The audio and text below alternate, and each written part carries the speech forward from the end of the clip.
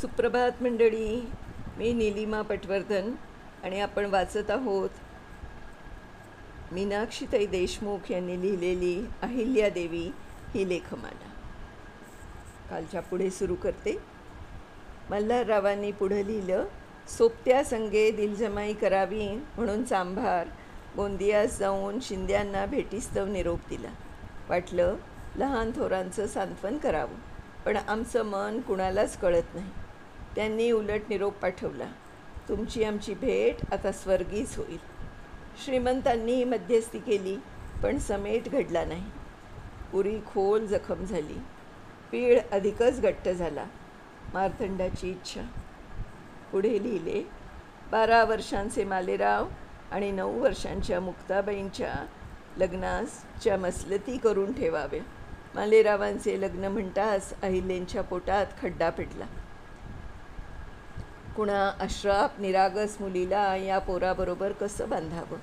सर्वांगावर काटा उभा राहिला. तेवढ्यात गंगोबा तात्या येऊन म्हणाले, आईसाहेब, भिल्लांचा असह्य उपद्रव होत आहे. मुसाफिर, कुटुंब कबिला, यात्रेकरूंवर हल्ले करून डेरे राहुट्या लुटतात. त्यांना सरंजामदारांची साथ आहे. त्यांना लुटीतील हिस्सा मिळतो. तात्या, सर्व सरंजामदारस खलिते पाठवून समज द्या. कुणाचाही भिल्लांशी संबंध असल्याचं आढळून आल्यास सरंजामी रद्द होईल. गुप्तचरांना सजग राहून शोध घेण्यास सांगणे. वाटावाटांवर गस्ती फौजा ठेवून वाटसरूंचा प्रवास विना त्रास व्हावा यासाठी नाकी ठाणी बांधायला हवी. यासाठीच्या चर्चेसाठी दुपारी बांधकाम प्रमुख भारमलदादा यांना बोलावून घ्या. कितीही प्रयत्न केला तरी भिल्लांचा उपद्रव कमी होत नव्हता. सर्व प्रयत्न व्यर्थ होत होते. मामंजी सदैव परमुलकी. इथले सरदार एकतर मसलतीत गुंतलेले किंवा अभय देऊन लुटीचा वाटा घेणारे. कसा सोडवायचा हा गुंता? आणि एक विचार अहिल्यांच्या मनात चमकून गेला. त्या बाईजींना म्हणाल्या, पूर्वी कन्येच्या विवाहात पण लावत. त्यानुसार जो भिल्लांचा उपद्रव नाहीसा करेल त्याच्याशी मुक्ताचा विवाह होईल. यामुळे जावई शूर मिळून दौलतीचे उपयोगी पडेल. प्रतिष्ठित आणि मान्यवर घराण्यातील मुलगा शूर न निघाल्यास काय कामाचा?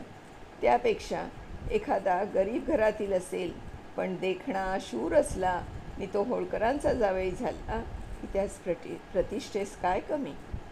अखेर पत्रोपत्री बोलण्यापेक्षा मामंजी आले की समक्षच बोलायचे ठरवले. दुसऱ्या दिवशी सुभेदारांनी लवकर येण्याचे पत्र आणि 15 सरदारांना भिल्लांचा उपद्रव कमी न केल्यास शिक्षेस पात्र होतील अशा आशयाचे पत्र रवाना केले आणि इतर कामात व्यस्त झाल्या. तोच बाहेर कोलाहल ऐकू आल्याने त्या बाहेर येऊन पाहतात तो काय, वाड्याच्या प्रशस्त अंगणात मालेराव एका मित्रास चापकाने फोडीत होता. आजूबाजू सर्वे असूनही कोणीच आवरत नाहीसं पाहून त्या धावत जाऊन मित्रास दूर ओढले. एक चाबूक त्यांच्यावरही ओढला गेला. फटाक! धक्का बसून मालेराव थबकला. अहिल्येना समोर बघून काही कळायच्या आत गर्दीतून पोबारा केला. कधी नव्हे तो संतापित अतिरेकाने स्वतःवर काबू नाही ठेवू शकल्या त्या. आवाजसुद्धा पिचला. ओरडत म्हणाल्या, इथे का सारे नामर्द आहेत? एकालाही त्याचा हात धरणे जमले नाही? ताईजी, आपण तर 2 चाबूक ओढू शकत होत्या ना. या मुलाचा अपराध एवढाच ना? मालेरावाची विटी याचे हातून तुटली. हा ही कोणाच्या घरचा दिवा आहे ना? दिवा काजळला तर घासावा लागतो ना. शिक्षा म्हणून त्याचा आजचा थाळा बंद. विटीसारख्या नादान गोष्टीसाठी एवढा क्रोध? ज्याच्या हाती उद्या सत्ता यायची त्याला असं विवेकशून्य होऊन वागणं कठीण नाही.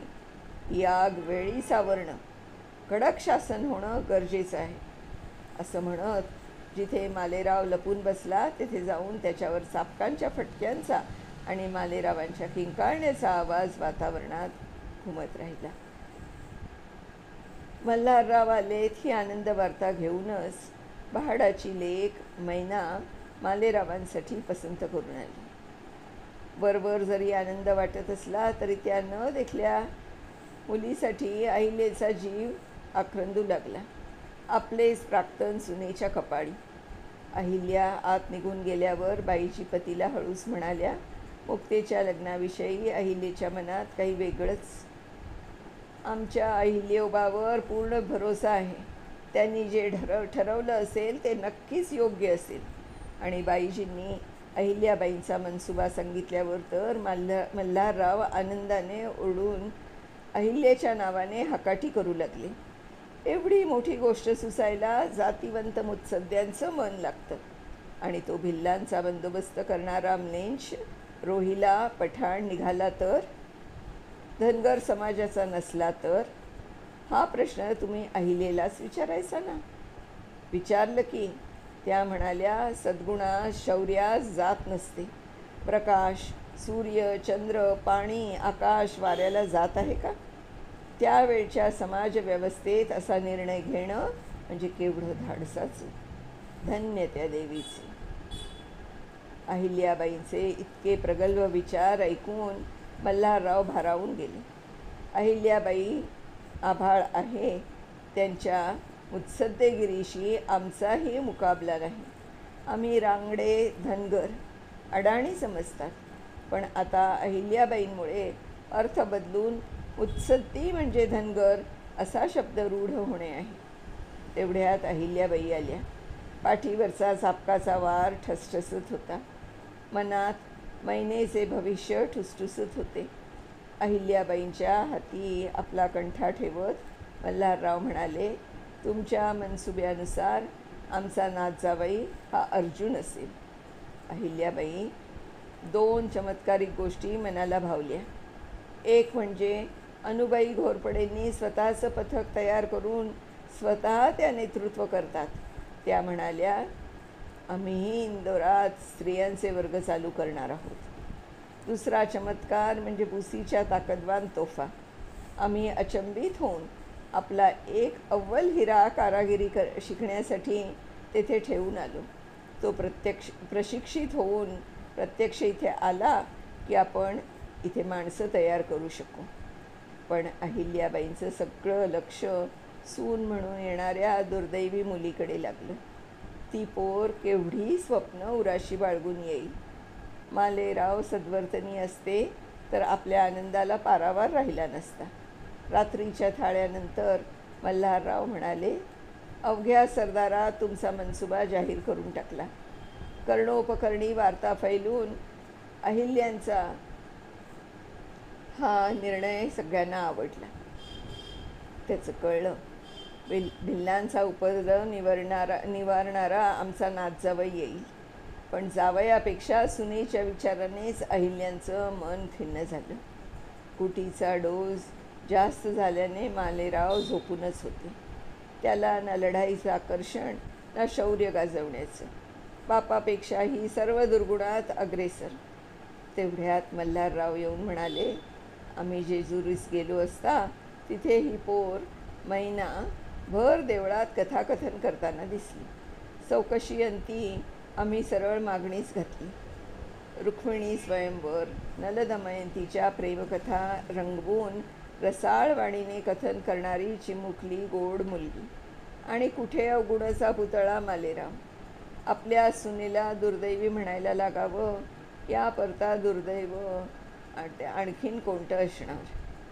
सकाळी बालेरावास बातमी कळताच आपल्या हक्काचं माणूस मिळणार म्हणून आनंदानं डवरून गेला. दिवसाच्या 2 प्रहरी आप्पासाहेब बहाड कुटुंबासह येऊन पोचले. आगत स्वागत, जेवणे आटोपली. मैना स्वतःहून साऱ्या कामात मदत करीत होती. ठुमकत चालणारी तिची मुकली गोंडस पोर मालेरावासारख्या नाठाळ्यास मिळावी हे मान्य करणं अहिल्याबाईंना पचवणं फारच जड जात होतं. आप्तमंडळी जमली, पत्रिका जुळली. अहिल्या आता फारच उदास झाल्या. त्यांनी मैनेच्या आईवडिलास वरच्या खलबतखान्यात बोलावले. कशासाठी या करारीबाईनं बोलावलं असेल या धास्तीनं भीतच आत आले. अहिल्याबाई म्हणाल्या, आपण निर्धास्त निसंकोच होऊन बसा. भिण्याचं कारण नाही. आपल्या मुलीत तर तीळ मात्र उणीव नाही आणि देणं घेणं म्हणाल तर आम्हाला सुतळीच्या तोड्याचीही अपेक्षा नाही. पण काही गोष्टी स्पष्ट करणे माझ्या प्राक्तनी आले आहे. माझे मालेराव वरून जरी राजबिंडा खानदानी विनम्र वाटत असला तरी अंतरी त्याचे गुण बहुत वाईट. प्रात्य, टवाळ, चहाडखोर आहे. मद्य घुटीची गोळी घेतो. आम्हास जुमानत नाही. जेवढे अवगुण असतील ते सर्व त्याचे ठायी आहेत. त्यांच्यात असलेले दुर्गुण स्पष्ट केले. रुक्मिणी नलदमयंतीचे स्वप्न बघणारी आपली कन्या, मालेरावांची जिथे आम्हासच खात्री नाही तिथे आपणास खात्री कशी देणार? तसे या वाड्यात तिला कशाची उणीव असणार नाही.